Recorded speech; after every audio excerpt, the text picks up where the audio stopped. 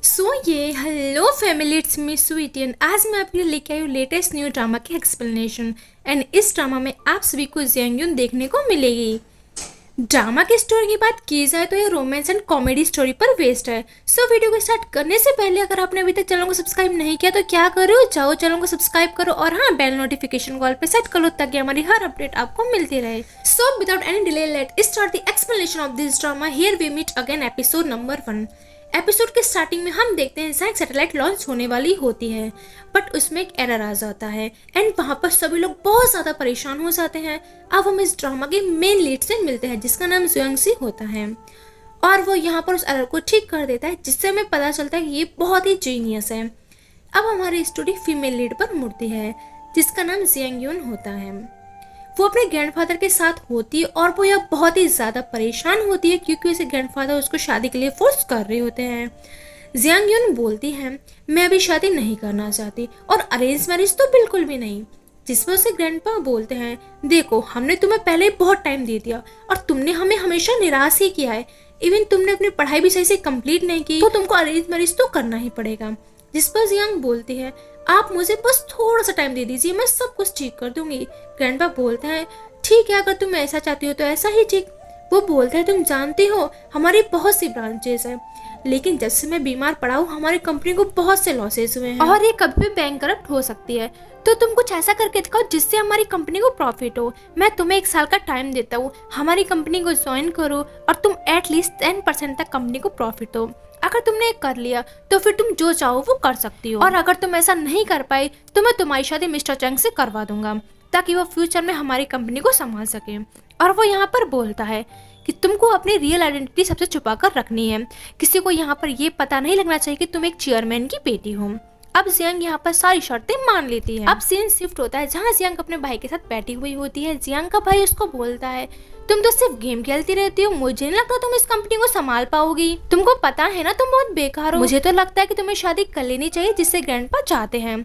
Jiang उसको बोलती है तुम चुप बैठो, खुद तो पूरे दिन पड़े रहते हो और मुझे ज्ञान दे रहे हो। वैसे हर सिबलिंग्स में ऐसी क्यूट आर्गुमेंट तो होती ही रहती है, मेरी छोटी बहन भी मुझे बहुत परेशान करती है ऐसे ही। अब हम जियांग को देखते हैं जहाँ वो एयरपोर्ट के लिए निकली होती है। अब हम जुआन को देखते हैं जहाँ वो अपने छोटे भाई और अपने जूनियर के साथ होता है। यूवी यहाँ बोलता है मैं चार्जर भूल गया हूँ, जिस पर जूनियर यहाँ बोलता है क्या सच में? यूवी यहाँ बोलता है मैं तुम्हारा ही चार्जर भूल गया हूँ। जुआन यहाँ बहुत परेशान हो जाता है। जुआन यूवी से बोलता है तुम यहाँ रुको, मैं तुम्हारे लिए कुछ खाने के लिए लेके आता हूँ। जूनियर होटल में कॉल करके अपना सामान वापस मंगवाता है। यूवी यहाँ जियांग के पास आकर बैठ जाता है। वो जियांग को देखता है कि वो बस अपने फोन में ही गेम खेली जा रही होती है। जियांग देखती है वो बच्चा उसको कब से घूर रहा है। यूवी को जियांग बहुत अजीब लगती है। जियांग यूवी को स्नैक्स ऑफर करती है बट वो उसे लेने से मना कर देता है। जियांग यहाँ सोचती है बच्चा कितना कूल है। जियांग फिर भी उसको स्नैक्स देके वहाँ से चली जाती है। अब वहाँ जुआन आता है। यूवी जुआन को जियांग के बारे में बताता है कि वो एक लड़की से मिला था बट वो बहुत ही ज्यादा अजीब थी, उसने मुझे स्नैक्स भी दिए। अब हम देखते हैं ये लोग सेम फ्लाइट में होते हैं। अब जियांग अपने लिए कार देखती है जहाँ पर वो उससे उसका नाम पूछता है। तभी उसको याद आता है कि उसे ग्रैंडफादर ने उसको रियल आइडेंटिटी छुपा के रखने को बोला है, तो वो यहाँ उसको गलत नाम बता देती है। जियांग यूवी को देखते हैं जहाँ युवान उसको डांट रहा होता है सही से ना चलने के लिए। वो यहाँ पर स्माइल कर रही होती है, तभी उसकी नजर जुआन पर पड़ती है और वो उसको पहचान जाती है, वो उसके बचपन का फ्रेंड है। और वो यहाँ बहुत एम्बेरेस्ड होती है क्योंकि उसकी वजह से जुआन ने स्कूल छोड़ा है। अब हम देखते हैं जुआन भी उसी कार में आके बैठ जाती है। जुआन यहाँ खुद को छुपाती है। कार ड्राइवर उससे पूछता है कि वो अपना फेस क्यों हाइड की हुई है, जिस पर वो बोलती है ऐसे ही कंफर्ट है। अब हम जूनियर को देखते हैं जो जियांग के बारे में बात कर रहा होता है। एक्चुअली जियांग का एक यूट्यूब चैनल होता है जिस पर वो गेमिंग की वीडियोस पोस्ट करती है और वो बहुत ही ज्यादा फेमस है। जूनियर यहाँ उसकी बहुत तारीफ कर रहा होता है। जियांग ये सब सुन के बहुत खुश होती है। जियांग जूनियर को बोलता है कि वो बहुत अच्छी है और उसने अभी तक अपना फेसिबल भी नहीं किया, जरूर वो बहुत खूबसूरत होगी। तभी उसकी कार रुक जाती है, कार में कुछ खराबी आ जाती है। जूनियर उसको बोलता है चाहो तो आप हमारे साथ आ सकती हो। जियांग ना चाहती हुए उनके साथ जाती है। अब जूनियर जियांग से पैसे लेता है ड्राइव बुक करने के लिए। वो लोग कार में बैठते हैं। जूनियर यहाँ कार्स के बारे में बात कर रहा होता है। युआन को कार्स की बहुत नॉलेज होती है जिससे जियांग को लगता है कि युआन एक कार सेलर है। जियांग को उसकी फ्रेंड का कॉल आता है। जियांग का फोन कार से कनेक्ट होता है। जियांग उससे बात करती है और वो यहाँ उसको युआन के बारे में बताती है।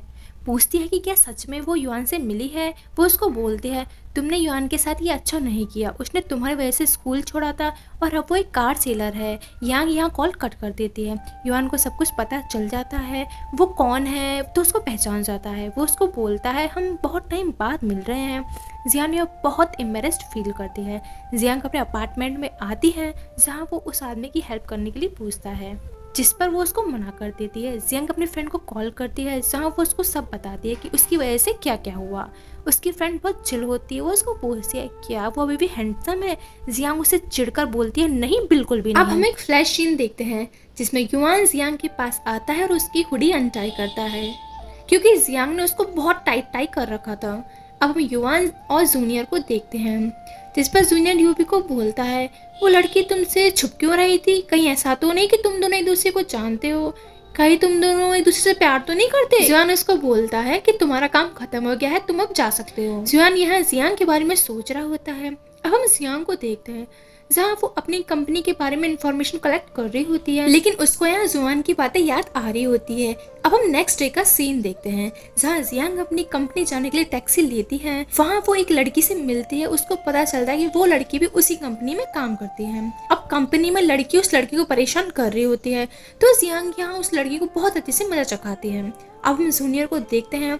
एक्चुअली जूनियर का नाम डोंग है, वो भी इसी कंपनी में काम करता है। यहाँ वो बताता है कि लड़की उनको ज्वाइन करने वाली है और वो अपने काम में बहुत ही अच्छी है। उसको बहुत से मेडल भी मिले हैं और वो टेक्निकल डिपार्टमेंट ज्वाइन करेगी। वो यहाँ जियांग के बारे में ही बात कर रहे होते हैं।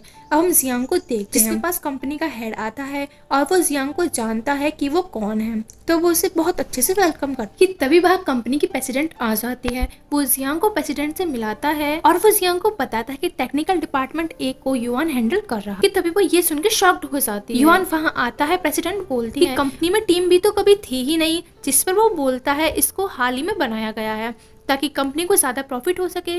प्रेसिडेंट यहाँ युआन को बोलती है तुम अपना काम ठीक से नहीं कर पा रहे हो, तभी टीम भी बनाई गई है ताकि उनको रिप्लेस कर सके। जियांग को यहाँ गुस्सा आता है। वो बोलती है टीम भी युआन को रिप्लेस करने के लिए नहीं बनाई है, आपको रिप्लेस करने के लिए बनाई है। जियांग यहाँ युआन को प्रोटेक्ट कर रही होती है। वो यहाँ जुआन से हाथ मिलाती है और उसको हेलो करती है, बट वो उसको कोई रिप्लाई नहीं देता। वो यहाँ पर बहुत कोल्ड रहता है। एक्चुअली युआन अपने स्कूल टाइम से ऐसा ही है, वो बिल्कुल भी चेंज नहीं हुआ। सो फैमिली, यहीं पर ये स्वीट सा एपिसोड खत्म होता है। और आपको एपिसोड कैसा लगा मुझे कमेंट में जरूर बताना। और हाँ, अगर सब्सक्राइब नहीं किया जल्दी जाकर सब्सक्राइब कर लो गाइस। मिलते हैं नेक्स्ट वीडियो में। तब तक लव यू ऑल।